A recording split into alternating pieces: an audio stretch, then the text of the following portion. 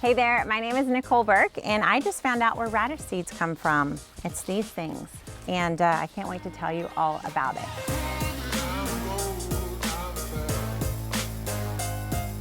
This is the Gardenary channel. Garden plus ordinary equals Gardenary, and we would love it if you would subscribe. So as soon as you do, send us an email to hello@gardenary.com, and we have a free gift to give you just to thank you for signing up or subscribing. All right, let's talk about these things. So these are radish seed pods.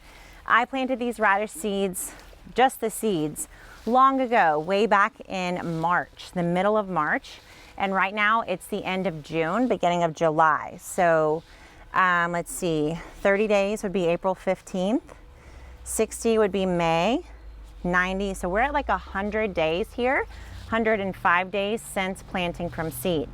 Now I planted a lot of radish seed and I kept planting more and more, and I harvested a good bit, but then I kind of stopped harvesting and left a few way too long in the garden. Now you can see there's all kinds of just crazy stuff happening here, but I have never kept radishes in the garden long enough to see the whole process. And now that I have, I thought it'd be so fun to show you. So radishes, when they start to bolt, when the temperatures get too hot, radishes love cool season. So as soon as the day temperatures are reaching in the 80s, these are gonna start to bolt and form flowers.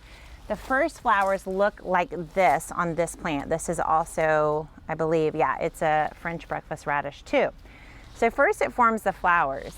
And in a lot of plants, it's the flowers that have the seeds in them. Like in most of the aster plants, the lettuces, it's the flowers that have the seeds inside of them. But in a lot of the brassica plants, what happens is the seeds are not inside the flowers, they're along the stems. So I've noticed this with my broccoli plants. When they go to seed, they produce these long stems or long little pods along their main stem. And that's where the seeds are held, not in the flower. So you can see a similar kind of thing happening to this cabbage that's bolting. Same family, it's in the brassica family. It's got these flowers at the top, but see how it's starting to form these side shoots off of the stem? And that's where the seeds are gonna be. You can see this first one starting right here on the cabbage. So this is where the cabbage's seeds are gonna form rather than on the seed head. Pretty cool, right? So we're gonna break one or two of these open just to show you. A lot of times the brassica seeds look very similar. Radish seeds I found are a little bit different. They're, instead of black, they're generally more white or kind of tan. Now I know these haven't finished forming yet because the seed pod is not dry. So anytime you're trying to grow a plant to get the seed, you do need to let the pod completely dry out before you open it up. But do you see those little dots in there? That is what will eventually become radish seeds.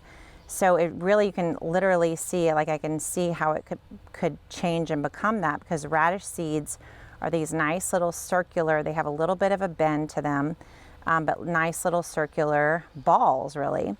And that's what these will become over time. So they're green right now, and like I said, this is not the time you would harvest them. You would want to let these seed pods get brown, get like fully dry on the plant before you're going to be able to harvest these for seed. But in that one little pod, I think we just saw, maybe even in this one, we can count how many seeds are inside of one pod. This kind of gives you an idea of how plants keep their species going, how that's what they're all about. So there's 1, 2, 3, 4, 5, 6, 7. There's at least 7 seeds inside this one pod. And if I can separate these, I think it'd be really cool to see how many pods are on one given plant. So if we could separate out a shoot probably from one plant, you can see some of these even branch off from each other. But I believe this is just one radish plant right here. So just right here. So we counted 7 in this one pod, right? And then on each of these stems, there's probably 1, 2, 3, 4, 5, 6, 7, 8, 9, 10, 11, 12, 13, 14. We'll just say just to be conservative, that there's 10 on this one. This one's definitely got more than 10. More like 30 on this one.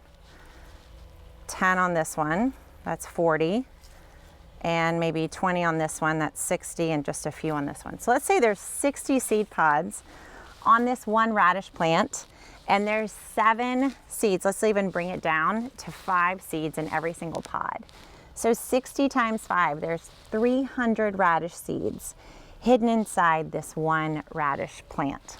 So if that doesn't tell you what plants are most motivated to do, I don't know what else could do it. This one little seed is so determined to keep its species alive that it's producing 300 chances for it to be possible.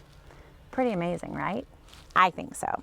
Seed production is so fascinating to watch in the garden, even when it means you didn't necessarily get the thing you wanted from the thing you were growing.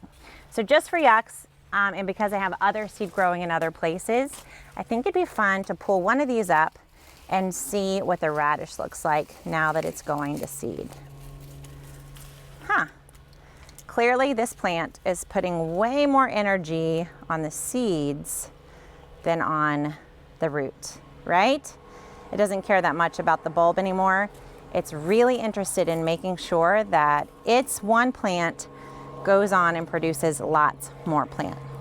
So even if you didn't care where radish seeds came from, hopefully this taught you something new and exciting and interesting about the garden.